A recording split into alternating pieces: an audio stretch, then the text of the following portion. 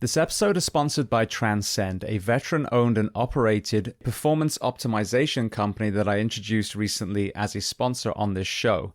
Well, since then, I have actually been using my products and I've had incredible success.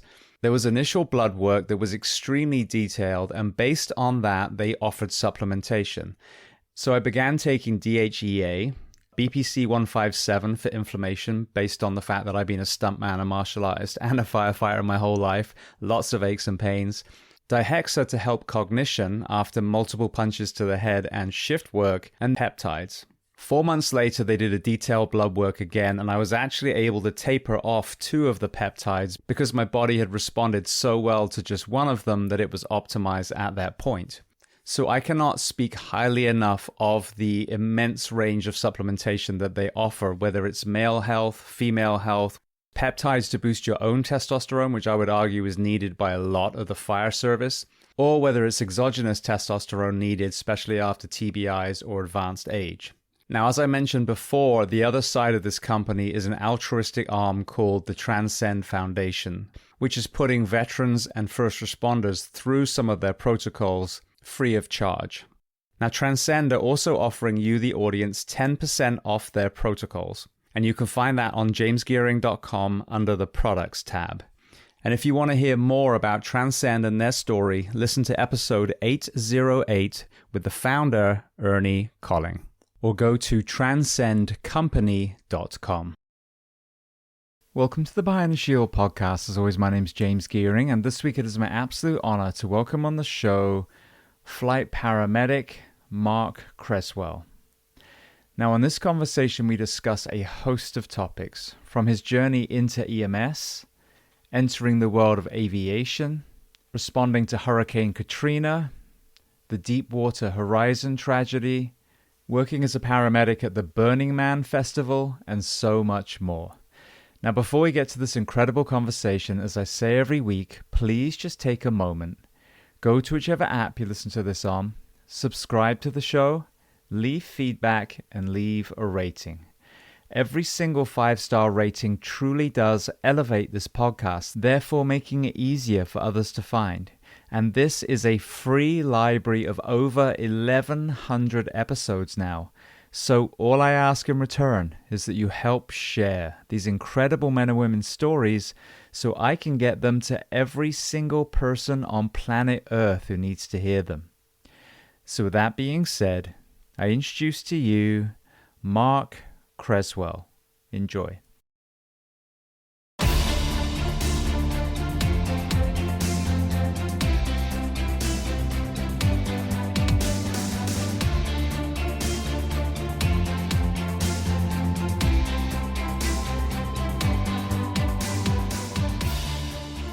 Well, Marc, I want to start by saying 2 things. Firstly, thank you to our mutual friend, Michael Booman, for making this connection. And secondly, I want to welcome you onto the Behind the Shield podcast today.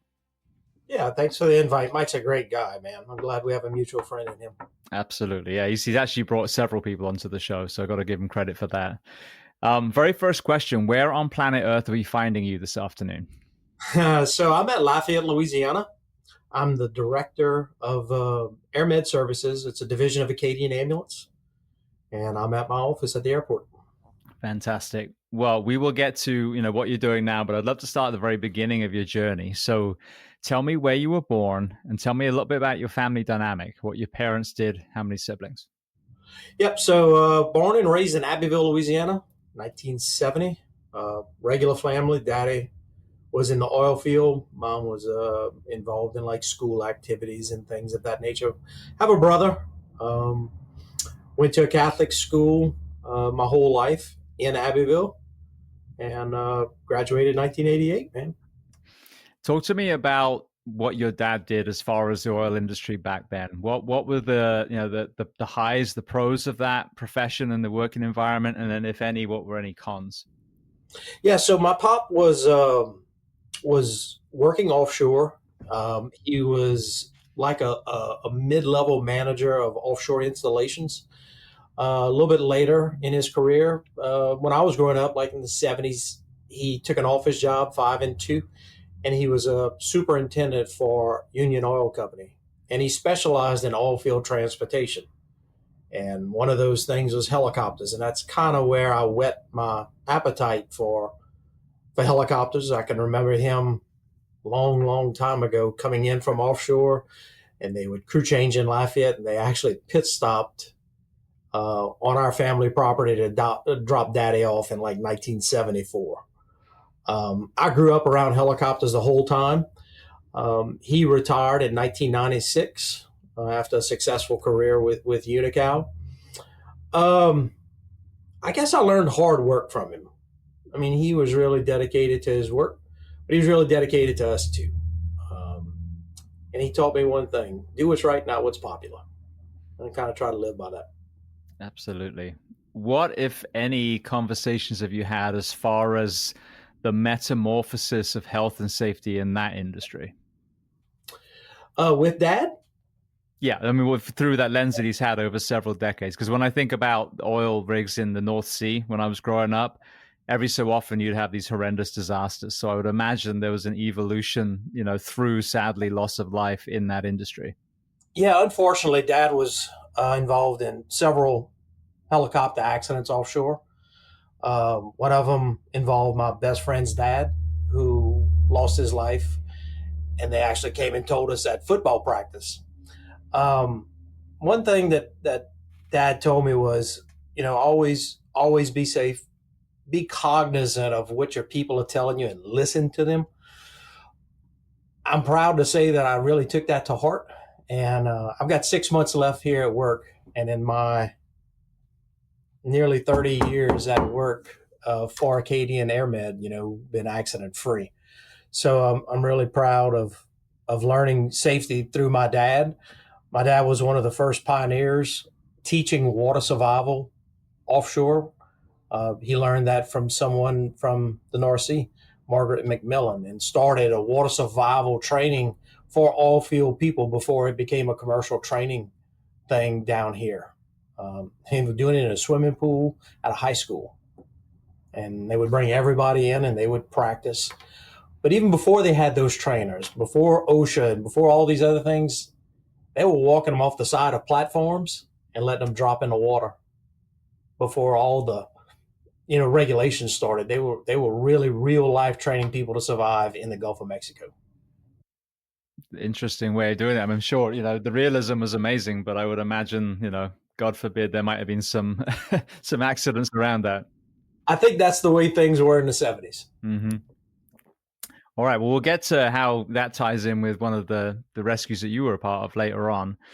You mentioned football. What kind of games and or exercise were you doing when you were in high school age? I played football, played baseball. I was never really competitive, to be honest with you. I was doing it because that's where all my friends were. And we actually had more fun than anything else. Didn't do a whole lot of track. I played basketball, although I was pretty short, but it was just to hang around with friends. And I guess because of that athleticism kind of led me into, joining the military right out of high school. So talk to me about that. What made you choose the military in general, and then why that branch specifically? I just never wanted to be a burden on my parents, and I wanted to go to college. So I just decided to join the military to be able to get access to college funds. I joined the Army because that's what a bunch of my friends were doing at that time. Coincidentally, the next year, all of my friends in the class behind me, they all joined the Marine Corps. So I don't know. I guess I was just a victim of herd mentality at that time. I wanted to just get in, do my part, and get out and go back to school. And which years did that span? 87 to 1991. Okay. Did you find yourself deployed, or was it mainly training based? No, we got activated for Desert Storm the day after Thanksgiving of 1990, and then we were out of there in May of 91. Yeah, I've had some pretty interesting perspectives of that, because obviously that was a lot shorter, combat or conflict, than the 20 years that we saw more recently. What was that particular conflict like through your eyes? Well, to be quite honest, like we were getting ready to be deployed overseas. We were being held at Fort Hood, Texas, and we never really got to make it. We loaded up all of our vehicles on the railhead, and thank God it was just a 100-hour war, and they didn't need us. So for me, it was pretty safe, but kind of anxious too. Like what's this going to be like? Absolutely. All right. So what then made you transition back out the other side? So I knew I wanted to do something medical, and I'll go back a little bit. Uh, my grandfather had some really bad legs, and he had hurt himself, and he was transported by ambulance, and it was the same guys, and I'd always ride in the front of the ambulance. And we live way in the country, so to get to the hospital, we take all the back rows. They let me sit in the front, play with the siren. That really got me excited. Um, when I got out the military, I got into an EMT class, and I had been out about a week, and we were roping horses and roping cattle on horseback, and one of my co-ropers fell off the horse. The horse fell on him, broke his back, paralyzed him from the waist down.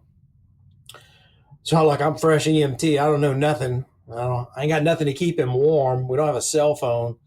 So I unsaddled his horse, covered him with the blanket. I rode my horse as fast as I could, several miles down the road. And when I got back, the helicopter was landing, and Ed Murray was the paramedic. And I asked Ed, I didn't know him then. I was like, hey, can I ride with you to the trauma center? So that was my first ride on AirMed. And I can remember at the hospital telling him, I'll come and do your job one day. And 5 years later, I did his job. So you found yourself working for a company that had, a multitude of different operational outlets. How did you find Acadian specifically, and then what was your kind of front door experience like? Yeah, so back in the day, there were no other ambulance services around where I lived at. You just knew Acadian ambulance. You never said call an ambulance, you said call Acadian. So, I applied there. Tommy Duyon was the recruiting person, and he got me in the door. Went through orientation, and it was eye opening. I've worked hard all my life, growing up around the oil field and growing up, in the farm industry and doing manual labor. And this was just so different.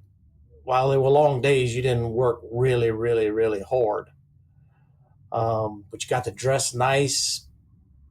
People really respected you back then. And down in Louisiana, it's a very welcoming community. There's a lot of times we would go to hospitals and people would have food waiting on us. So it was a really great time. It's interesting, the perception of hard work, because I grew up on a farm, so I can absolutely relate. I was baling hay and stone picking and mucking out stables and all those kind of things when I was young. But what we do now, especially on the fire side, there is a lot of time where you're not physically working, you're not roofing all day. But I don't think what people understand is when you have to use that exertion, it's extremely high level. Even from the EMS point of view, God forbid there's a shooting or something, or we all know, some of the cardiac arrests happen in the toilet and they're wedged between the toilet and the shower. And so this kind of perception that first responders need to be constantly working, this busy time mentality, is such a kind of misnomer, because if you look at, the 0 to 100 element of what we do, it's so unique and it requires rest, recovery, training to be ready for those extreme moments. I'm one of I would say there's 5 or 6 directors at Acadian right now. And I think I'm one of the only one that still does work. I've worked on an ambulance not very long ago, but I can tell you from way back then to right now, the op tempo is drastically different. We would work a 24-hour shift and you'd run 2 or 3 calls, sleep most of the night. And I know right now you'd work a 12-hour shift and you get those first 3 calls within the first 3 hours. And it's not uncommon to run 10, 12, up to 14 in a 12-hour shift. So while I say you didn't work hard back then, man, you really work hard now. So you found yourself Was that, correct me if I'm wrong, you were in the admin side before you got in the EMS side, is that correct? No, I was on the ambulance up until about 1995, and I became a paramedic in 93. 1995, I was selected to join the air program, so I joined part time, and a full time spot came open in 1999 for me. But I knew I just didn't want to be just a paramedic. I wanted to be well rounded. And man, I just begged and pleaded with every department head to let me come and train and do something. So I trained in dispatch on my days off. Um, I taught orientation on my days off. Um, I was in the education department. I just did a lot of stuff for Acadian on my day off to round myself out. And I'm really glad I did that, because I can see things from different lenses that people that didn't do that, they just have a single vision of the company. Um, so I think that was probably one of my wisest choices when I was at Acadian, to put my fingers involved in all aspects of operations, support, so on and so forth. So what were some of the career calls you remember from that chapter when you were on the ambulance and doing some of the dispatch stuff? You know, um, myself and Bill Gerard one day, he was my partner. We were two paramedics on an ambulance, and we responded maybe 20 miles out in the country for a car accident.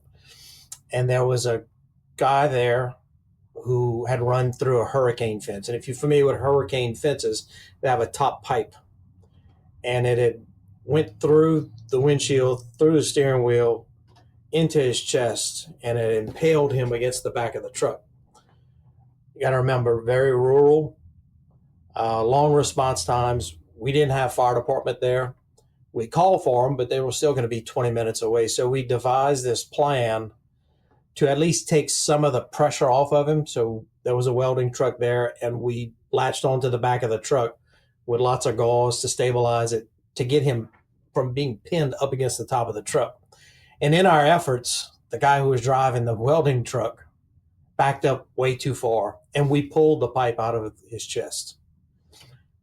Retrospectively, it probably saved his life, because immediately when that happened, the helicopter landed.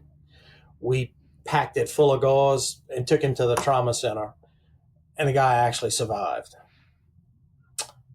I don't smoke cigarettes, and I needed a cigarette after that call. But we were given the Distinguished Service Award for that. It's awarded very, very infrequently, for saving somebody's life. But on a positive note, and I always like to look at the positive side, making impacts to patients, not just necessarily doing treatments, but just how you treat them is very important to me. And I can remember this one guy. He was well into his 80s, and we were bringing him home way out in the country, and he was going home to die. He was terminal. And he said he wanted to see his cows one last time. And we asked him where his barn was at, and it wasn't far down the road.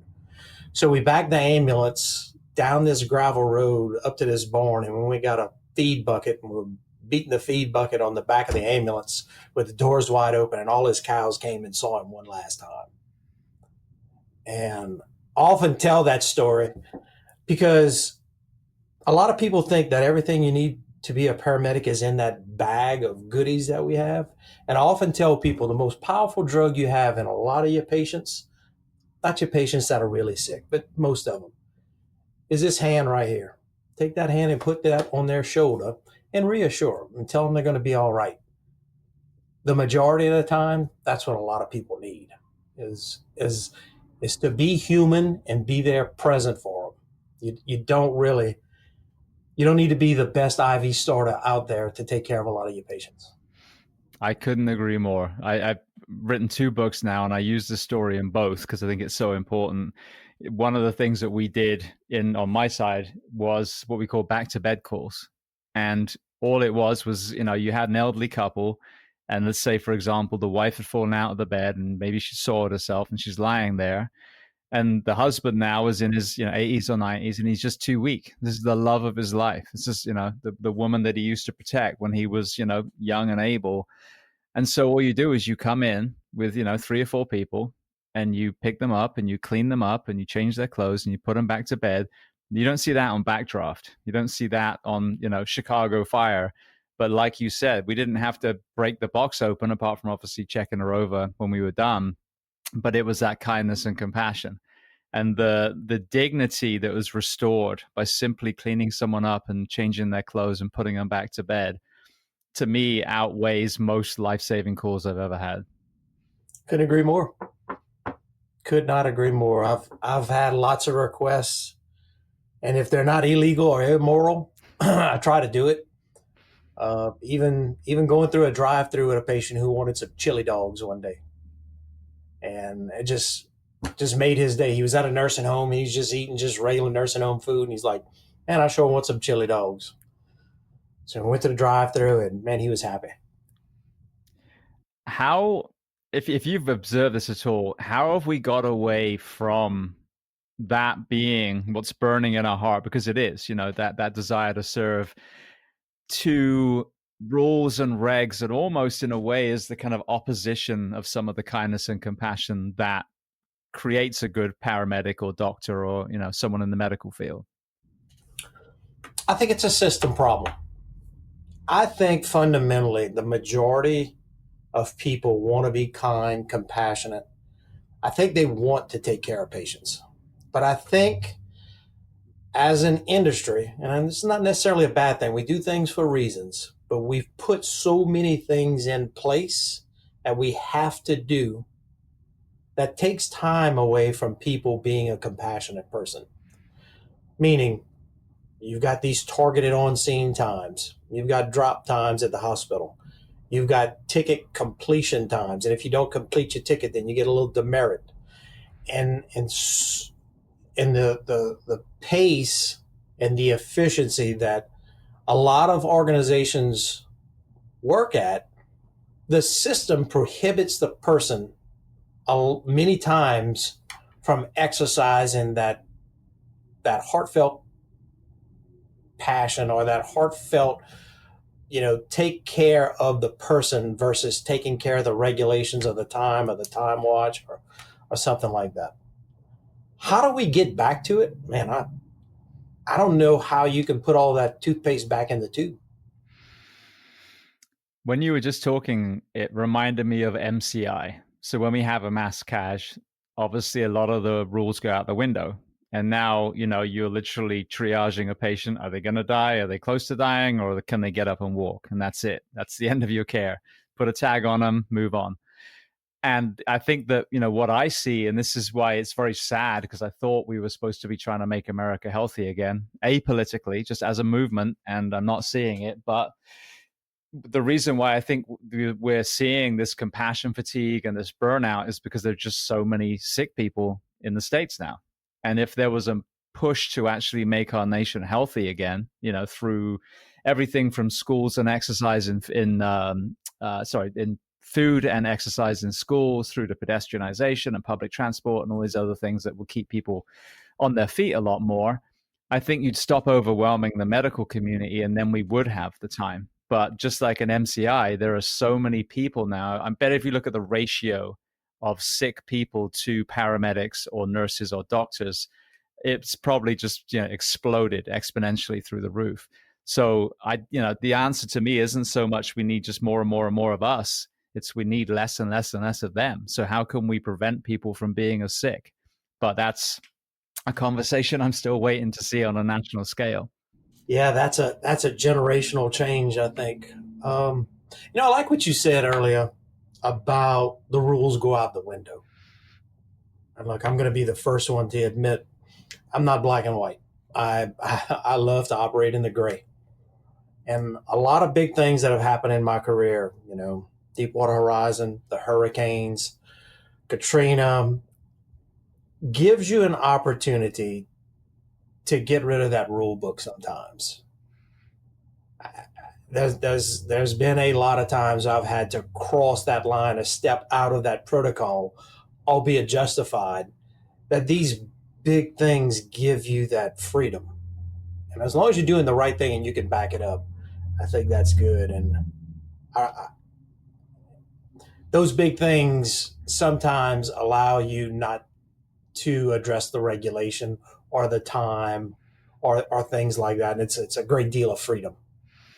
Yeah, I think it goes back to doing the right thing. That's what I found a few times in my career. I've had to push back, whether it's bypassing a couple of hospitals because you want to go to, a comprehensive stroke center or a trauma center because you suspect a certain mechanism injury or disease, or, like we said, taking a refusal, even though your medical director tells you everyone should go to the hospital because it would be more beneficial for that child to be in their home or their hotel room than between a drunk and a psych patient in an ER, putting up with screaming all night, So I think sometimes like you said, if you can back it up and it's actually better for the patient, sometimes you need a little courage too, to be able to stand behind your decision and say, no, this is what was the right decision for the patient, regardless of what your black and white protocol says. I think you're right. You are very right. Well, you mentioned a bunch of, well-known incidences in American history. So before we dive into some of the large events that you were part of, walk me through the transition from ambulance to helicopter medicine.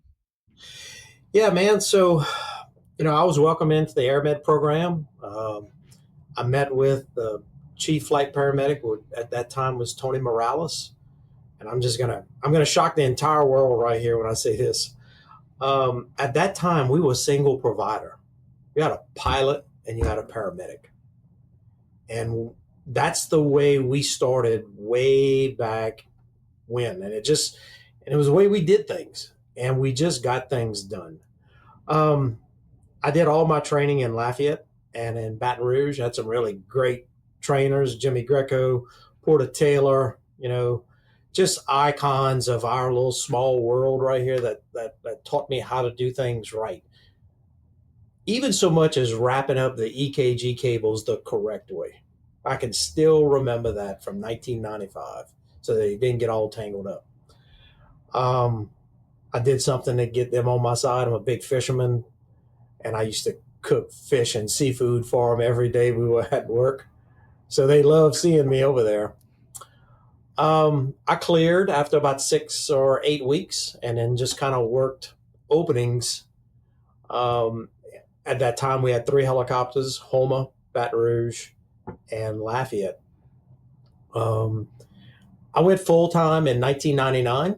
At that time, we had a new medical director. His name was Dr. Ross Judice, and we were writing new protocols, and he brought me into his office, took me off the helicopter for a few months to write protocol. And I just learned a lot working alongside him, built a really great relationship. And that afforded me the trust from the medical director to implement changes that I thought was necessary. We've got a new medical director. I say new. We had a new medical director in 2010, Dr. Chuck Burnell, and I maintained that friendship and relationship with him. And because of that, anything that we found was in the positive for patient care, as long as it was scientifically based, he allowed us to do that. And we really expanded the protocols. We actually convinced the company to allow us to put registered nurses on the helicopter, become an accredited provider for air medical services. And our scope of practice now looks nothing like our scope of practice in 1999. What are some of the biggest innovations that you've seen as far as the helicopter specifically? So we were flying in BOCAL, BO-105s, VFR, meaning visual flight rules. And you had a bunch of gauges and they all had little needles on them. And we didn't realize how unsafe we were until we got into the new EC-135. I mean, the FAA regulations at the time were 500 feet in a mile, and we were flying that at night without night vision goggles. We were using landing lights to go into scenes at night, just going real slow, real deliberate. And we did it. We did it incident free. But now, being in technologically advanced aircraft that are able to go IFR with night vision goggles, with all of the other things that make the operation safe, it's like, holy cow, how did we do that back then? And I was in the aircraft a couple of years ago, front seat, um, with a set of nods on, and we were circling a scene. I said, I just want to see what it was like. And I went off at nods after announcing it, and I'm like, holy cow. I mean, this was suicidal back then. And the industry is better for technology. As much as you probably don't want to hear the government is here to help you, they did help the industry a lot, mandating all of the different things that we now use. And I think I think we're all the benefactors of that, and it's definitely made the industry safer. Did you have any of these pilots that I heard a lot about, especially early in my career, that were former Vietnam turned EMS pilots? Yes. Any interesting experiences with those particular people? They all had colorful personalities. They lived through some stuff. Um, Back then, we didn't know anything different. So you'd pull the aircraft 5 feet off the ground, you'd nose it over, and you go burning across the ground until you hit 60 or 70 knots, and then pull in some collective, and then just shoot up into the air. And we do things so much different now. But at the time, that was normal. And when we changed to an EMS takeoff where you hover above your nearest object, then nose over, it was so unsettling because you hadn't done it that way forever. And we still do running takeoffs when it's really hot, you got a lot of fuel and a lot of patients on board, but you're so accustomed to going vertical that when you do a running takeoff, it's like, oh God. Um, I got to tell you, we have a mix now of about 50% military and 50% civilian, and they both have really good qualities.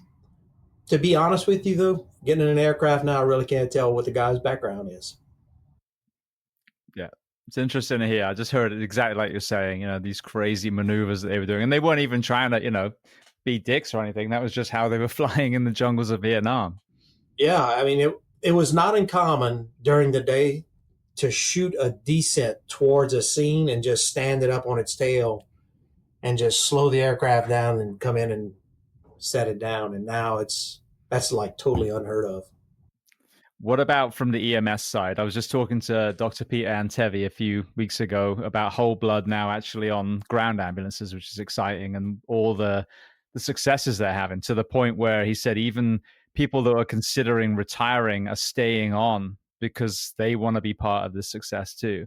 So what about from the EMS innovation the last 3 decades?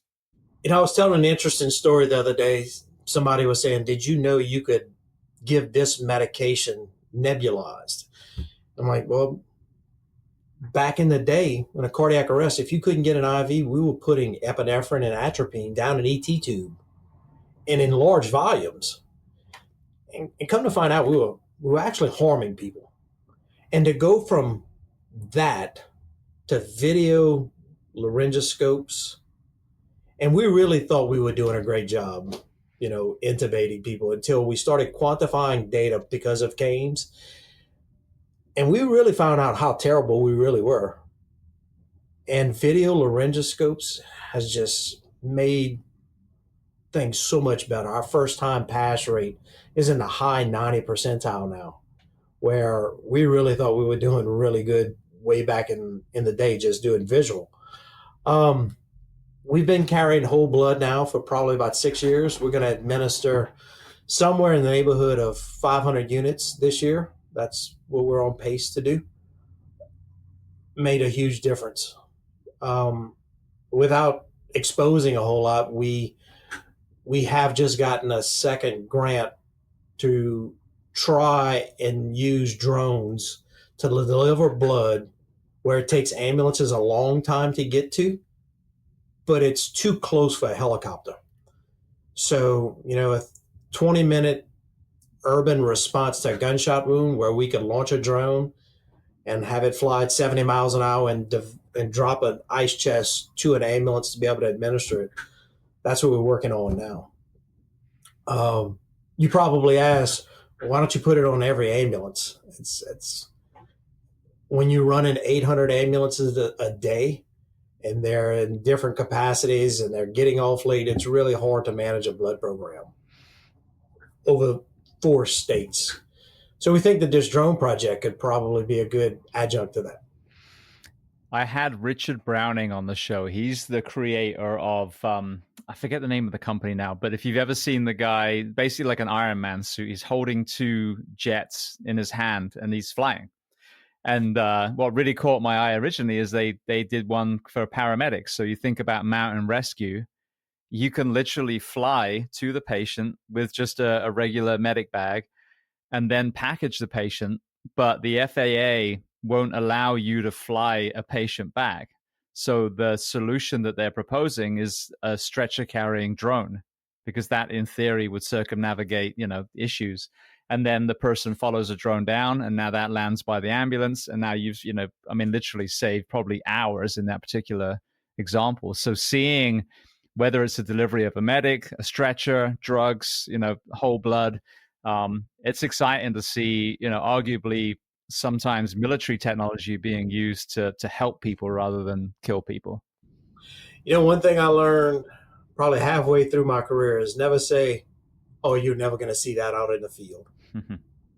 Because you actually do see innovation in the field. Sometimes it's not at the pace that you want, but I don't think 5 years ago anybody would be talking about drones and integrating into EMS. And now it's like, that's a lot of people are working on it. Yeah, it's exciting. It really is. I think, again, being shackled by, A, the way we've always done it, air quotes, and then B, protocol and procedures and red tape. I think COVID did a good job, for example, with the whole telehealth element, and it really freed up, telemedicine. I think that's another way we can help minimize some of the low acuity calls that we get called for and do a lot more treatment in place and, medical consultations and even scheduling, urgent care appointments and sending lifts and Ubers. I mean, again, all this technology, it's really going to help, I think, what they GMR refer to as a 3-tier system. So you have your ALS, you have your BLS, and then you have your non-emergent. So I think between making the nation healthier and then helping the people with low acuity issues, I think we'd make a massive dent. And then that would give us more manpower to get to these higher acuity calls. And like you said, still have enough time to add the human element with the compassion and empathy, rather than having dispatch chirping in your ear saying you need to get available again and get to the next call. Yeah, that's something we just stuck our feet into a couple of years ago. Acadian is doing some of that telehealth, and I don't have anything objective to measure it against, but I do know it does take a burden off the 911 system. Absolutely. Well, you mentioned about, oil rigs, and then we'll get into the hurricanes in a little bit. Deepwater Horizon, you were telling, the person that you rode with that one day I'm going to have your job. Now you actually have that job, and now you're responding to oil rigs, the very kind of journey that your father used to take. So talk to me, if you want to throw some other incidents in first, and then I'd love to obviously hear about that particular incident as well, including the backstory, because I don't think a lot of people know the full story of what happened. Yeah, sure. So it wasn't very long into my air medical career that I got my first offshore call. And for you guys that don't know this, there's a large portion of the workers that go in on boats, and they have to get them off the boats a certain way because, the boats heave and whatnot with the waves. And there's a thing called personnel baskets. And it's just this rope thing that's on this circular flotation deal. And you just step on it and you just hold on for dear life. And a crane picks you up off the back of the boat and hoists you 150 feet in the air. There's a lot of our casualties offshore that are injured on boats. So one of my first calls offshore, first off, when you land on an offshore platform, it's not made with solid decking. It's made with grating, so like you walking, but you could see the water below you. So man, I'm like a cat trying to get up. And they said, hey, the guys on the boat, and I mean, you could see the boat heaving and rolling. And they got this personnel basket, and I've never grabbed on anything tighter in my life. I don't understand how OSHA doesn't regulate this thing. Like, you're not tagged on, you're not secured. There's no door that locks. You just hang on, and they just put you over the water and drop you to the boat. And we got the casualty, and we put him on the personnel basket and put him on the back of the helideck. And I'm just flying back thinking, oh my God, like I just did that. But after that first time, it just becomes normal. Contrary to popular belief, not a lot of people get really, really significantly injured offshore. It's mostly medical calls. Patients that fail to manage their diabetes, their hypertension, or have an acute issue like a stroke or heart attack.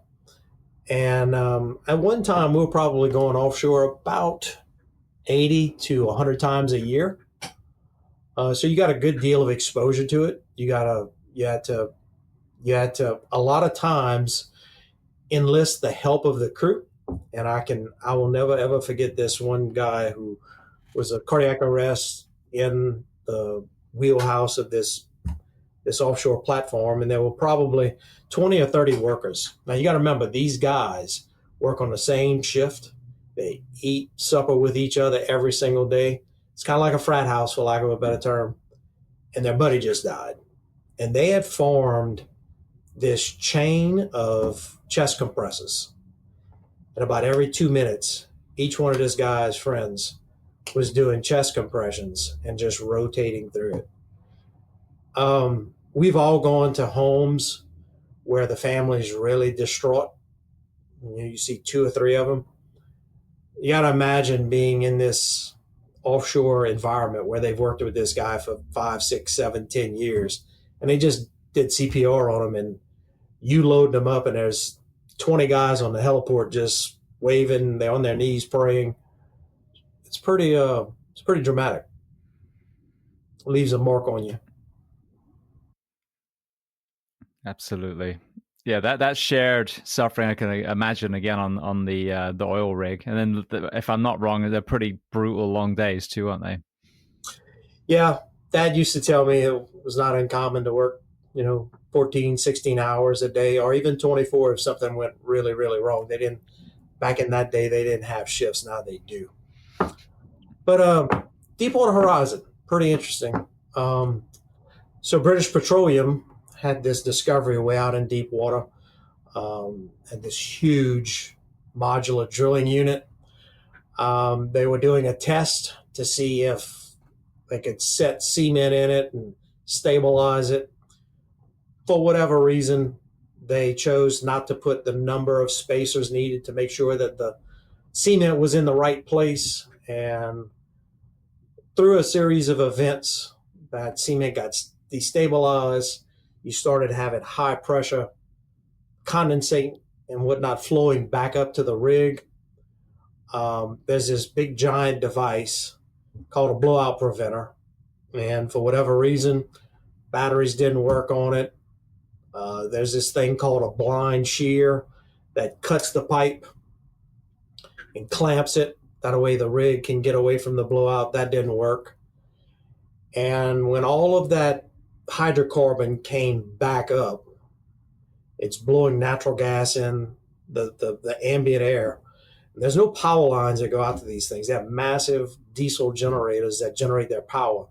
When that hydrocarbon was inhaled by those diesel engines, they just revved way beyond design limit.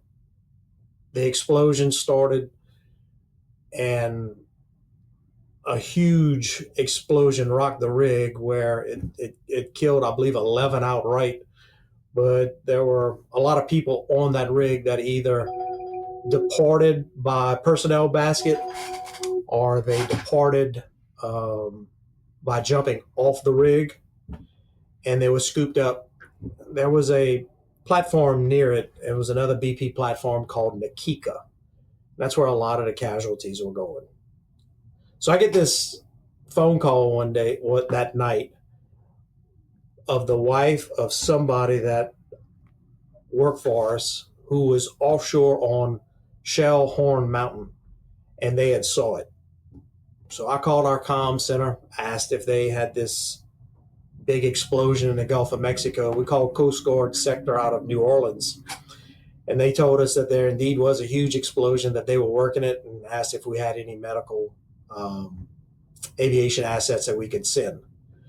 I'm in Abbeville, Louisiana. The helicopter's in Lafayette, so we activated it. They flew to Abbeville, picked me up, and we loaded up all of the extra MCI supplies and whatnot. And myself, Dale Ducote, Raymond Mouton, and Seth Gardner, we flew out to Nakika, and there were literally casualties all over the place. Part of our service, we provide medics to Bristow, who is another helicopter operator out there that does search and rescue for these big operators. And Bristow at the time was Cougar Aviation.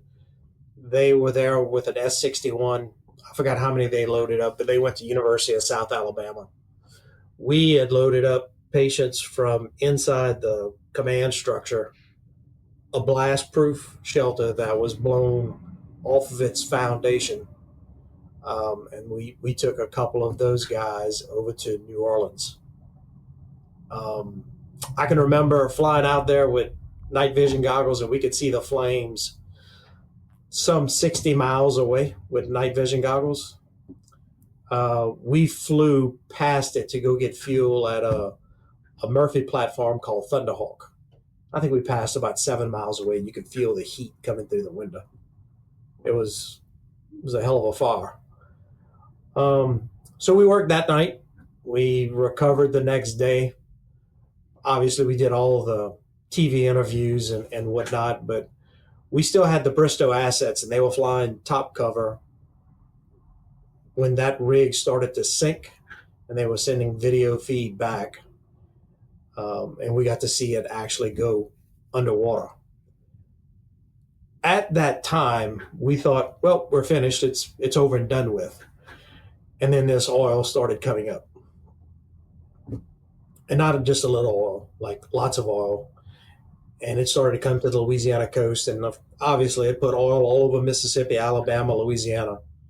Acadian has a group called Safety Management Systems, which is the oil field group that we have for medical safety and whatnot. And they were tasked with providing hundreds and hundreds and hundreds of safety techs, medics on site on the beaches. So I would probably say they capped that thing in the middle of the summer or the end of the summer. Deepwater Horizon happened in April. Probably for about 6 months, we emptied out every clinical person we could to support that oil cleanup.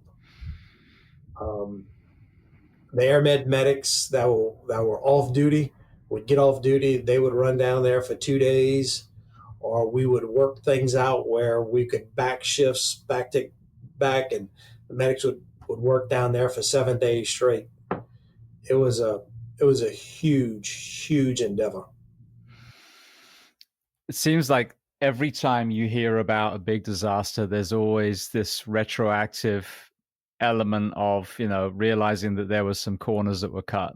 And then more often than not, for money. I don't know if that was the case here, but I just watched a documentary on the Grenfell fire in London. And the cladding originally that they were supposed to use on the building was going to be zinc, non-combustible. And to save, I think, £5,000, they used this one that had petroleum products between 2 layers of aluminium. And it caused this inferno and took, I think it was 73 lives. So, like you said, what was the reason for the spacers not being put in? Was it just oversight and pure accident, or was it some sort of, corner cutting? But the downstream effect is always, an infinite amount, well, not an infinite, but numerous times more expensive than the original cost. And I would say it's the same, in staffing in our professions too.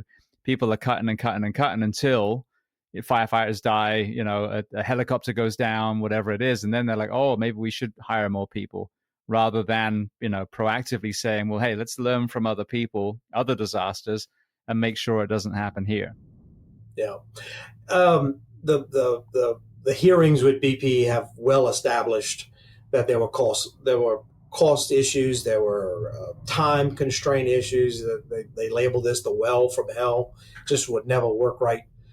And they're budgeted for certain times and budgeted for certain dollars, and they were way over on cost. They were way behind on time, and there was some hierarchical bias where people just cave to the pressure of the time constraints and the budget constraints. Yeah, that's the important thing. I mean, this has already happened now. How can we learn from this? Whether it's staffing, whether it's wars that we seem to get in over and over again, whatever the thing is. Again, it's not political; it's human. How can we learn from human errors in the past so we don't keep repeating the same mistakes? Yeah, unfortunately, I think time has a way of softening up some of those lessons, and then you become the victim of what we call normalized deviance, where you do things perfectly, and then one day you do it like this and you get away with it, and then you do it like this and you get away with it, and before you know it, then this becomes normal because you got away with it for so long. The space shuttle is a perfect example of that. Yeah, exactly.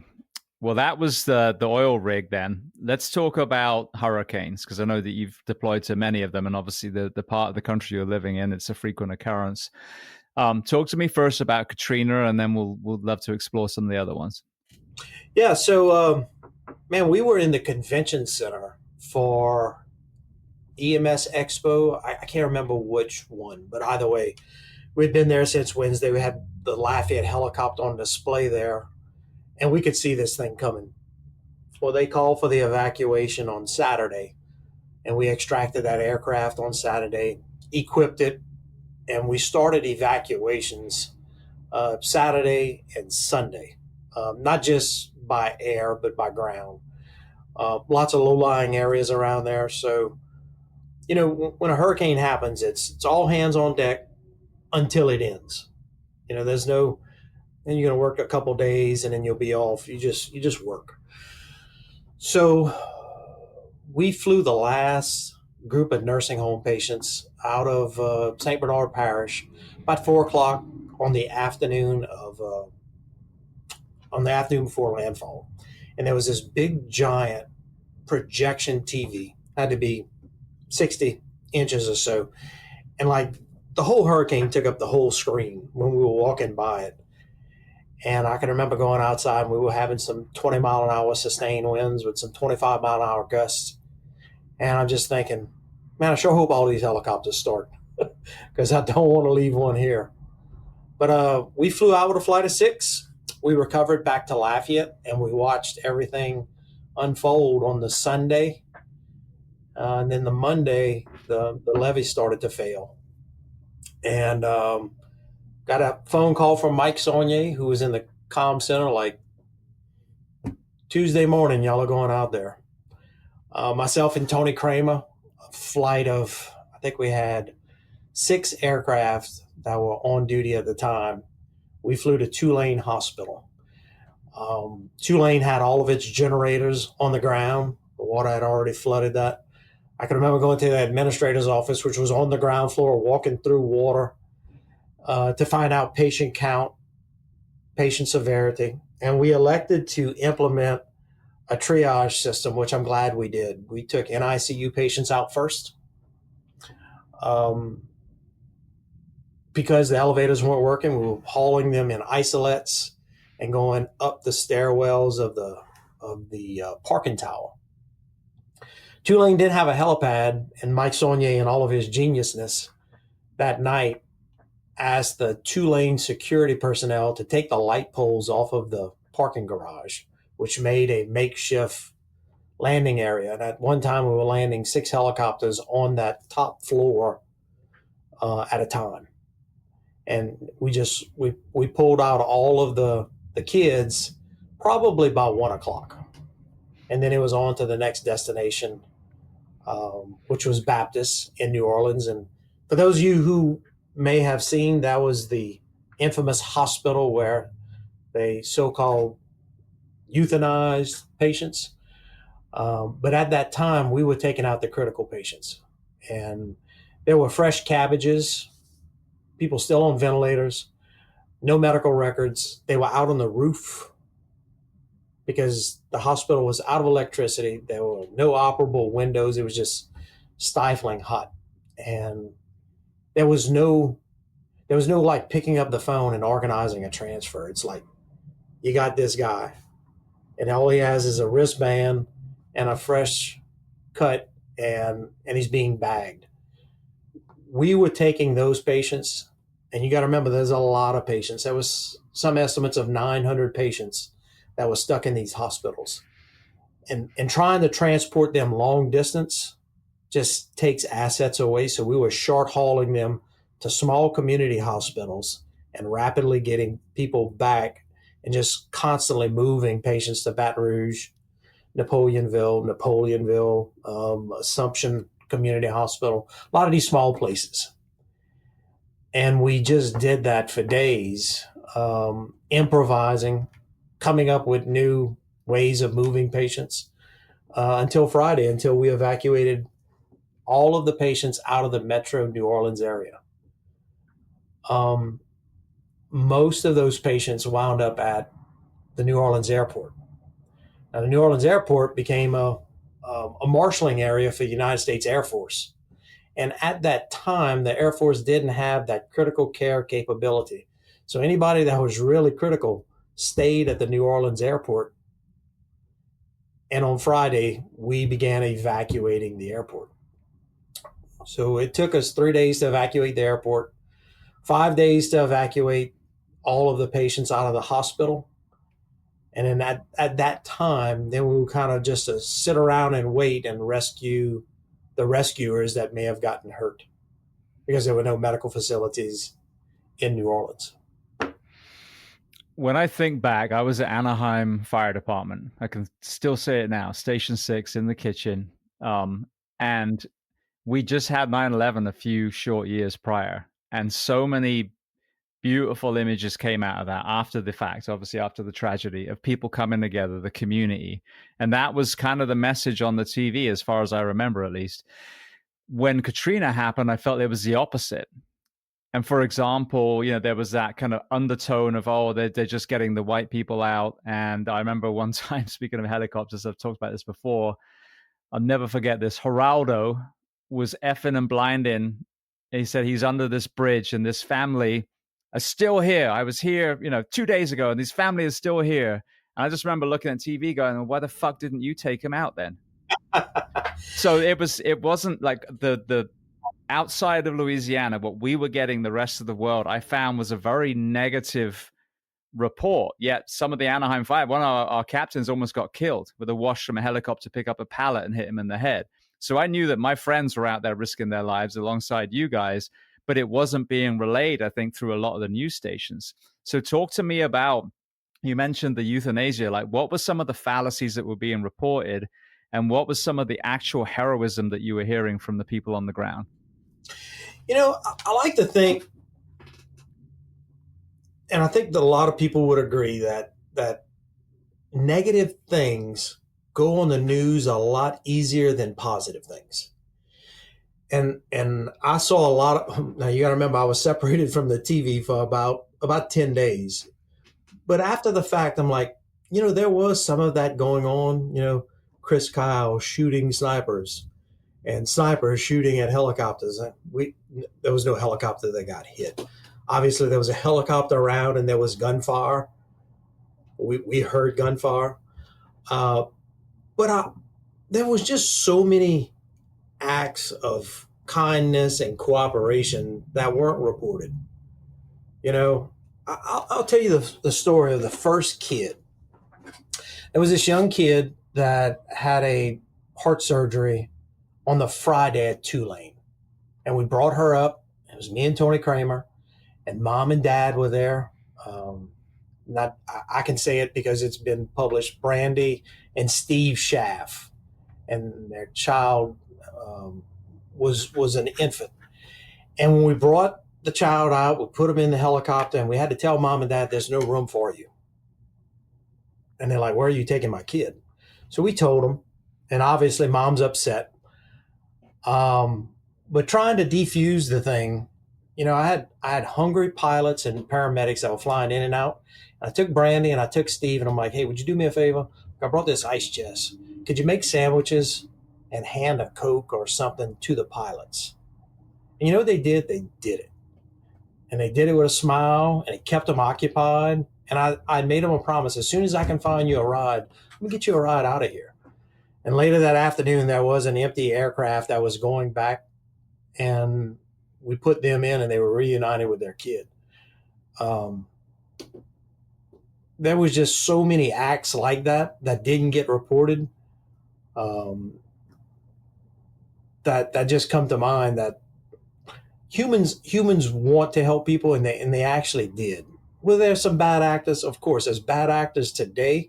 There's bad actors in every place that gets reported. I just wish the media would find more positive stuff to push out to people.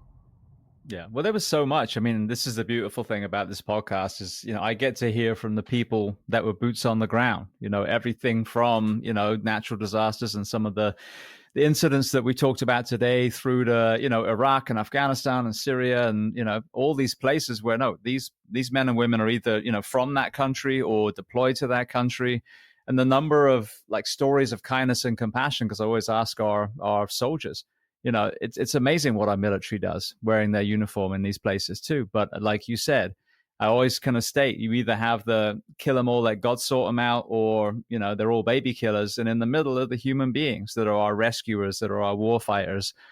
But we don't get that reported because it doesn't fit the narrative, and then the problem is, it doesn't matter if you lean one way or the other. It's the extremism at the end that is the machine that we're feeding. And they don't want to say it's like, it's not a conspiracy, but the overall movement has become, well, if we talk about kindness and compassion and humanity, well, we're giving the middle 80% a voice.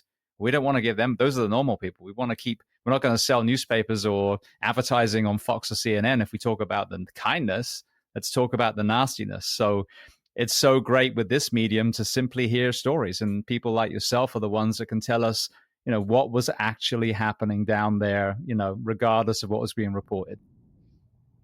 Yeah. In regards to the alleged euthanasia, I'll be very honest. I was in that hospital. I was not on that floor. I never integrated with anything that happened, but I was interviewed by Sherry Fink for the book about that hospital episode and the subsequent documentary that went with it. And I gotta, they prosecuted that physician, and she was acquitted. That was a political stunt by the Attorney General's office. Everybody knows it. But I have to think that on that day when they made those decisions, which was the Wednesday, and remember, they've been out of power since Sunday. The windows there was no opening windows, stifling hot.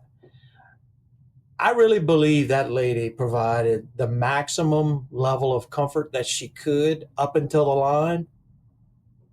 And did a few patients die? They probably did. Did she intentionally do it? I don't think she did that. Absolutely. If technology is keeping them alive and that's being robbed from them, then, then you're back to the natural state of things, and the body is either going to carry on or it's not. Yeah, that's my belief. And she was put in a tough decision, man. That was a tough thing to be in. And I think she did what she thought was right. And I think she pushed it right up to the line. Yeah, absolutely. Well, it goes back to what we were talking about with protocols and moral courage, what was right for the patient at that time. Mm-hmm. That includes palliative care sometimes. Yeah, I tell you, Katrina taught us a lot of lessons. The company benefited from it, from learning that we needed infrastructure. And we're so much better for it now. And all the subsequent hurricanes, we've got high water vehicles. We have comfort facilities for employees that you got to remember when a hurricane hits an area, it don't just hit the civilians, it hits the paramedics too. So it takes their houses. So we've got laundry facilities, we've got sleeping accommodations. That way they can continue to live and they can continue to come to work to provide for the area that's been harmed. That's Absolutely. all lessons learned from a lot of hurricanes. What about some of the other hurricanes that you had? What are other notable responses and rescues? Yeah, so no mystery about it. Louisiana is a Category 4 hurricane magnet, and just in 1 year we had 4 strikes. Um, it's I got a person that works for me that is going to take my place, and I messed up really bad, and I learned a lesson.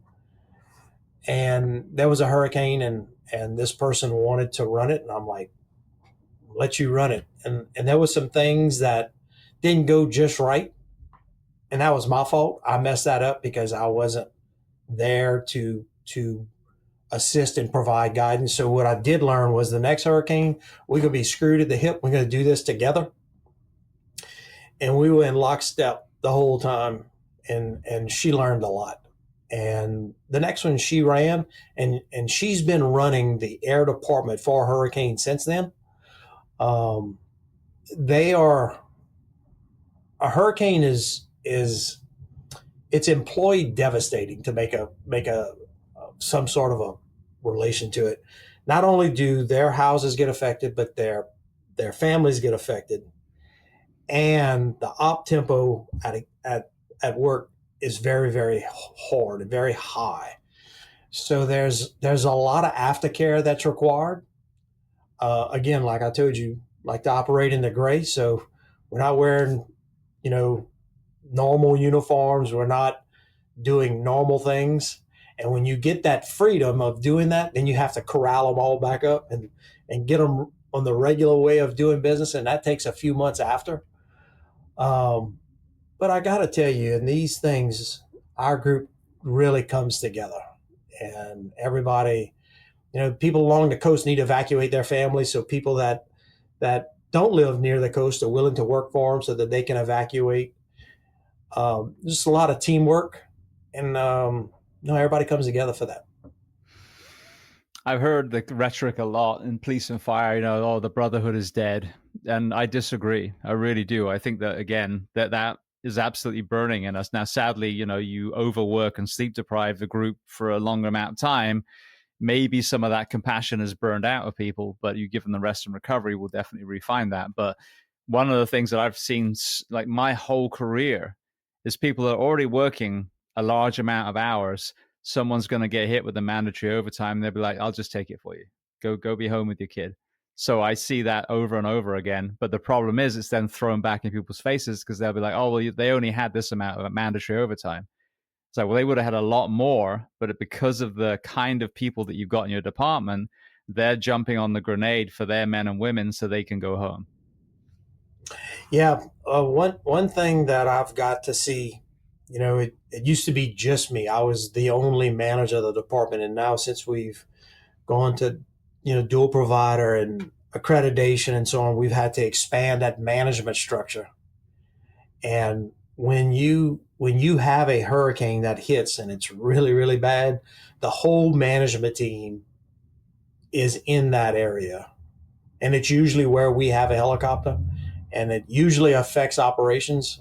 We've lost 3 stations in about the last 7 years, where it just completely just mows everything down, and having to get operations back up. These guys are just like, they're awesome. They pull together. They just get it done.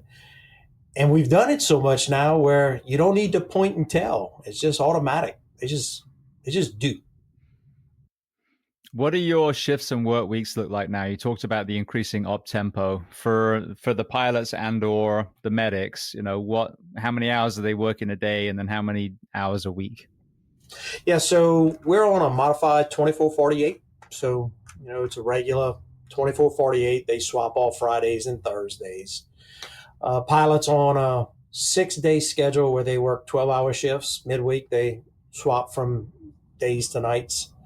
The medics generally and the nurses are generally reporting at 5, 6, 7, or 8 a.m., depending on what station. The op tempo is probably 6 launches a day per aircraft and capturing around 40%, meaning we do a lot of first response. Our comm center is the PSAP, Allegheny, 911 rollover from all of these counties and parishes. So at the same time that an ambulance is dispatched, a helicopter is dispatched based on the acuity and the severity. So they're launching 5 to 6 times a day, and they're transporting 2.5 patients a day. The issue with transporting these patients is whenever they transport one, they're usually out of the station for 5 hours or so.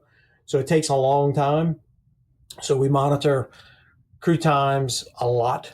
We allow them to call off, no fault, just you need to take a break, take 4 hours and get a rest. We monitor that very close. So we look for people that have higher than normal call-offs to see what kind of lifestyle changes or what activities at work that they're doing. We have a lot of people in school, so they're using up a lot of their time to study. So we try to offer them better solutions so they can be ready for that next call. You said 2.5 patients. The half patient doesn't sound like it's worth taking to the hospital. They're already deceased. Yeah, that's a good one. I'm averaging things out. But 10 bases, getting ready to open the 11th. Every station has 4 pilots, 2 mechanics, and 6 practitioners with some part-time people.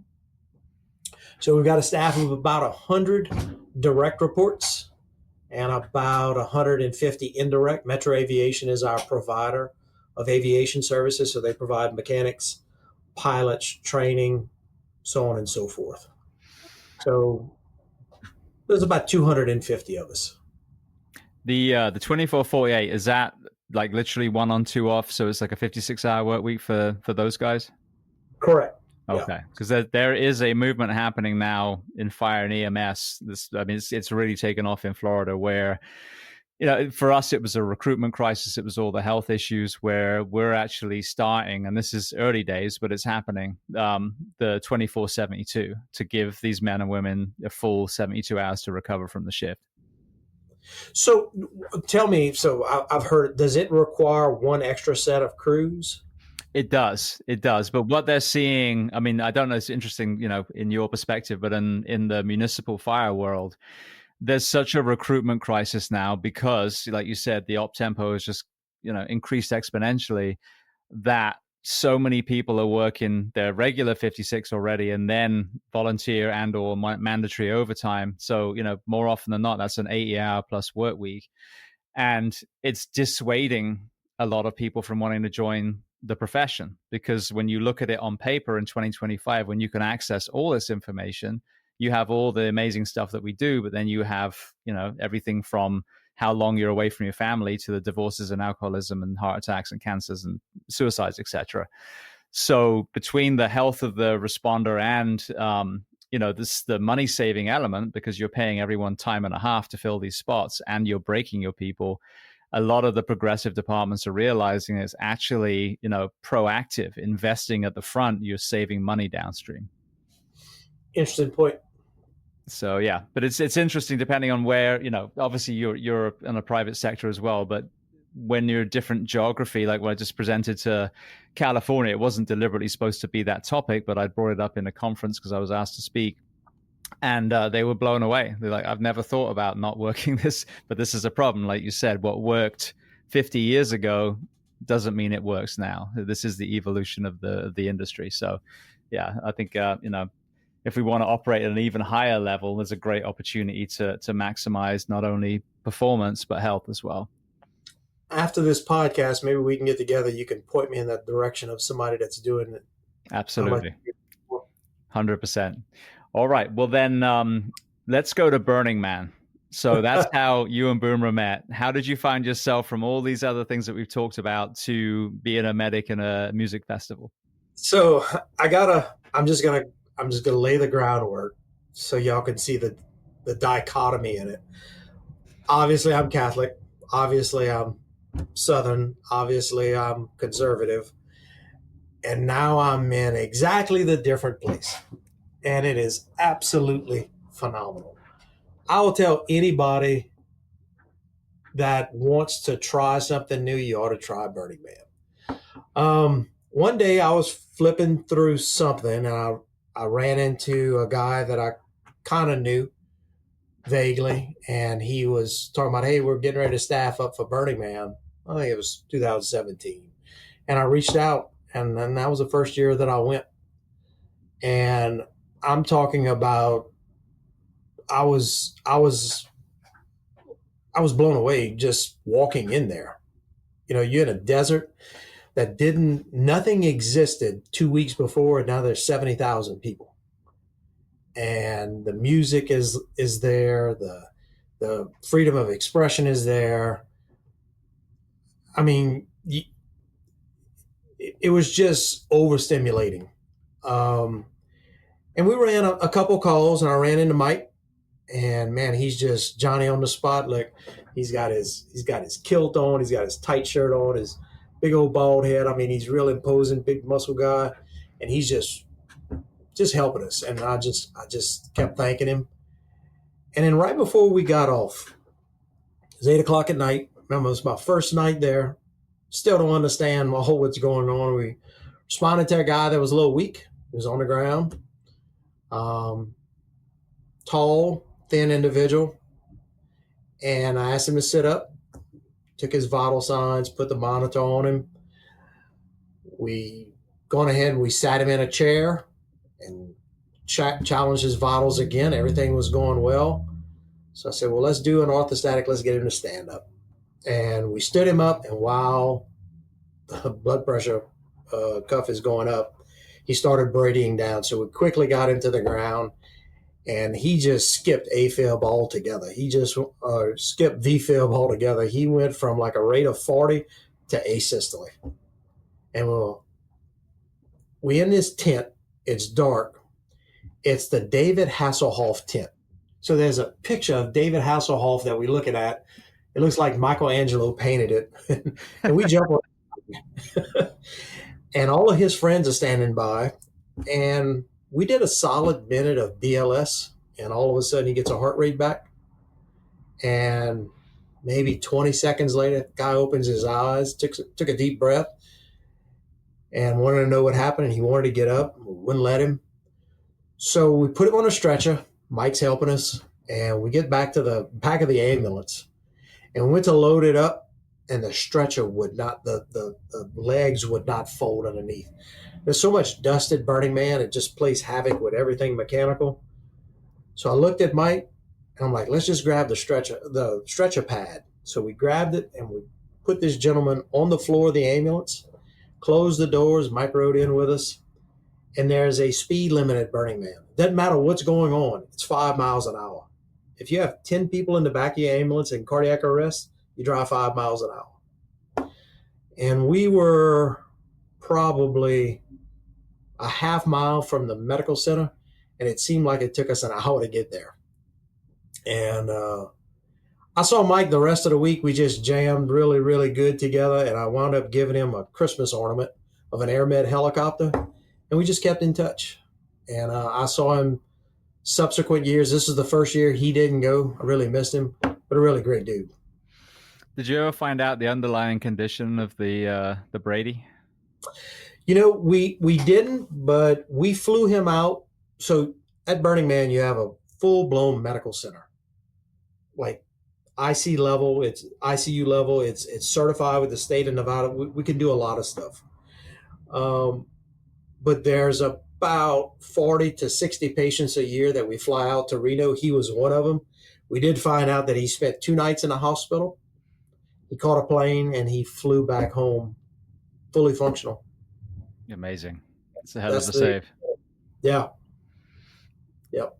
So all these times you've been at Burning Man, We can be the medical side or even just the sites themselves. What other things stick in your mind? Man, there's so much stuff at Burning Man to talk about. The medical care is excellent. It's absolutely excellent. We're running a mixed system right now. We were running all ALS. We changed to a mixture of BLS and ALS with ALS sprint capabilities to make a basic truck into an ALS. That's worked really, really well. Seen a lot of devastating injuries. Seen a lot of just people just having a bad day, and everything in between. I mean, everybody's heard all the bad things that happen at Burning Man, but there's so much good stuff. You you meet people from all over. Obviously, the Israeli conflict right now is really big, but even when Israel and its enemies were going at it years and years ago, Burning Man has a way of placing camps next to each other. I like to say things that conflict work together. And I've been in the middle of Israelis and Palestinians that were hanging out, talking with each other, and there was never no issue. A couple years ago, there's a Russian camp, and it was right next to the Ukrainian camp. It's like people separate politics over there, and they're not really concerned about what the government's doing. They're just living in the moment. Um, so many random acts of kindness. I can honestly say I've been treated much better at Burning Man. Not that I've been treated bad by the public, but so much graciousness at Burning Man. They're so thankful that you're there. Even not even people that are injured, just people walking and walk over and say, "Hey, man, thanks for being here. Thanks for taking care of us." That's amazing. It's funny you talk about that commonality. I play football, pickup game of soccer, every Sunday, and it is such a diverse group from South Central America through to Europe. There are Palestinians. I mean, Middle East, all walks of life, but we all go together because we like playing footy. That's what binds us. It doesn't matter a religion or politics or anything like that. It's just a bunch of lads that want to play football, and it's the same with this. I mean, how many times has music brought people together that we have been told are supposed to hate each other? There's just so many little cool things. Like I really tell people, if you planned and you had shelter and you had enough water, you didn't bring any food. If you planned it out right, you could live at Burning Man for a week. There's people that make food and give it away. People are very welcoming. I tell people to try everything twice because one camp may not be perfect, the other camp may have it knocked down. But there's so many good art installations to see. There's just so many different people, and it's worldwide. So many people there to meet and hear their story. It's just you never want to leave. Yeah, it sounds amazing. Well, Mike obviously is very passionate about the mental health side. I didn't actually even ask you yet.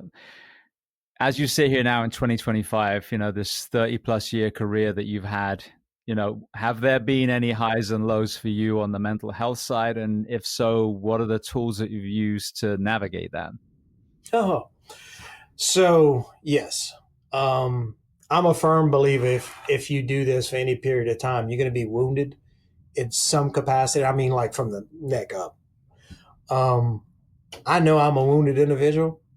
Um, I think one of the key things to being a first responder and surviving this is self awareness and knowing when you're on the X.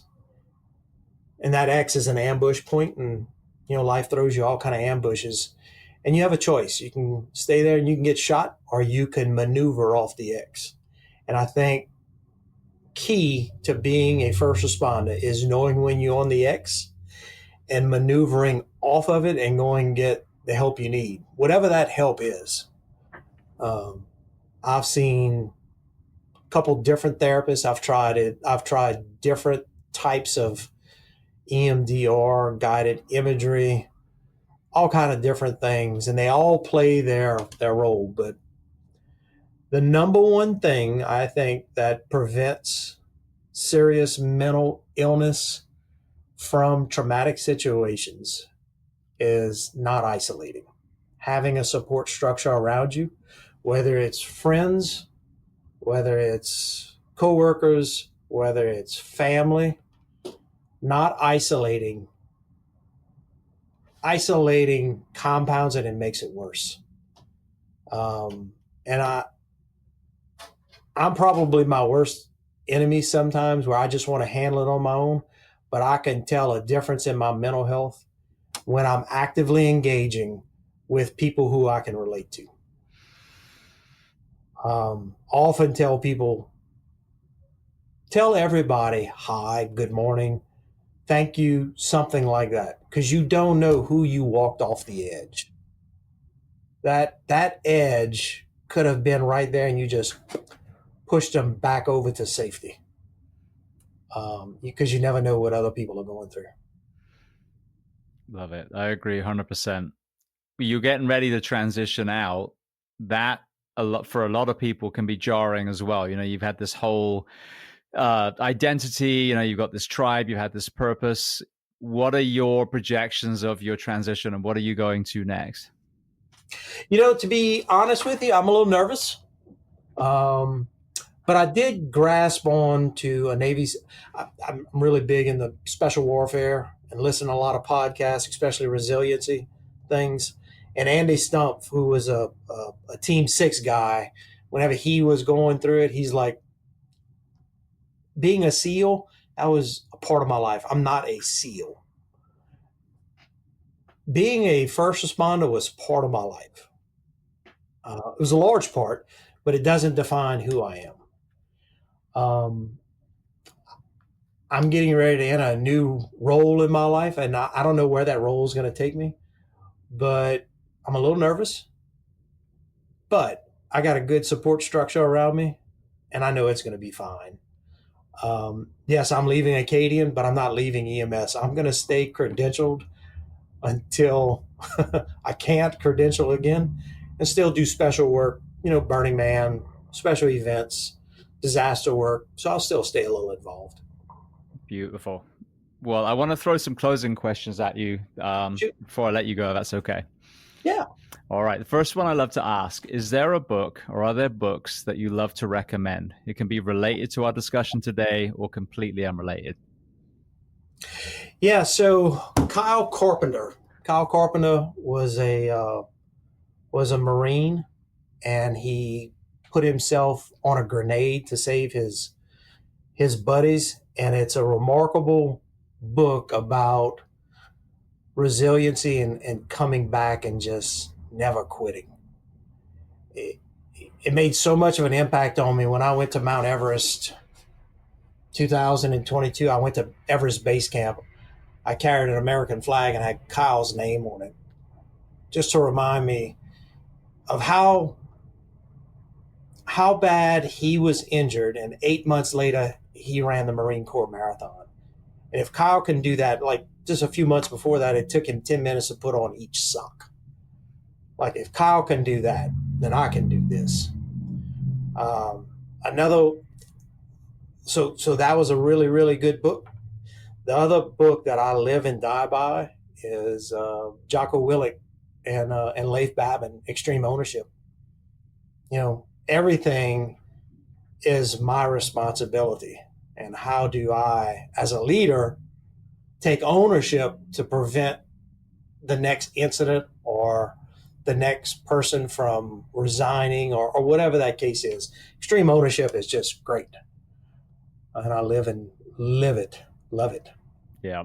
I've had Jocko and Leif both on the show. And then Kyle actually is someone I've been meaning to reach out to, because I know he's a Medal of Honor recipient. So I had one of the guys that put together the Medal of Honor Museum come on the show not too long ago. So yeah, I need to reach out to him. What about films and documentaries?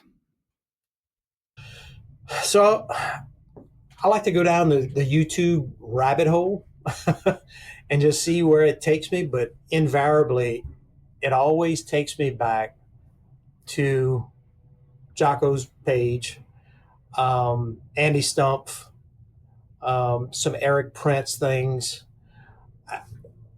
a lot of military documentaries. I really, really enjoy. Film, I'm a Top Gun fan, man. Like, I really, really enjoy Top Gun. Anything by Quentin Tarantino, I really enjoy. I'm a Pulp Fiction addict. It's amazing. Yeah, I had John Travolta on the show a while ago now, but through my eyes, you saw him in all the '70s films, and then I hadn't kind of really been exposed to much of his work. And then when Pulp Fiction came out, we were like, wait a second, that's the same guy from Saturday Night Fever. Amazing. So yeah, great film. Yeah. All right. Well, then the next question, is there a person that you'd recommend to come on this podcast as a guest to speak to the first responders, military, and associated professions of the world? Yes. And he was a former medical director of ours. He's board certified in psychiatry and neurology. And Dr. Ross Judice, he was our medical director from the late 90s to 2010. And y'all are probably thinking, why did Acadian Ambulance have a psychiatrist as a medical director? He was absolutely the right person at the right time. And what an awesome guy. Really great dude. And I'll be happy to connect you with him. That'd be amazing. Thank you so much. All right. Yeah. Well, then the last question before we make sure everyone knows where to find you and Acadian as well. What do you do to decompress? So I've got a Harley Davidson. Love to ride. I've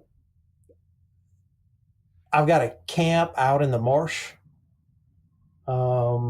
that, you have to take a boat to get to, and it's very limited on electronics. Honestly, spending time at work. I just find work is not work. It's more of a passion. And I like my team a lot, feel comfort with them. And I'm going to miss them a lot, but I know I'll always be able to pick up the phone and give them a shout too. They're going to inherit something really great, and they're going to probably make it a lot better than when I had it. Brilliant. That's the goal, isn't it? Always make everything better, man. No matter if you have work or, hell, that's why they call it a home improvement store. Well, for people listening then, if they want to reach out to you, learn more about you or Acadian, where are the best places online? Hey, so I'm on Facebook, Marc Creswell. I don't know if anybody does this, but dude, reach out, 337-298-0487. I'm happy to talk to you. I'm happy to talk to you if you're having a really bad day.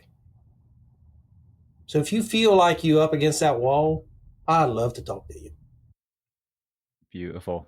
Well, I want to thank you so much, Marc. It's been such an amazing conversation, such an interesting career, and some of these kind of perspectives, we rarely get to hear about. But good luck with the transition. Thank you so much for being so generous with your time and coming on the Behind the Shield podcast today. Yeah, man. Thanks for having me. It was a pleasure. This is my first one.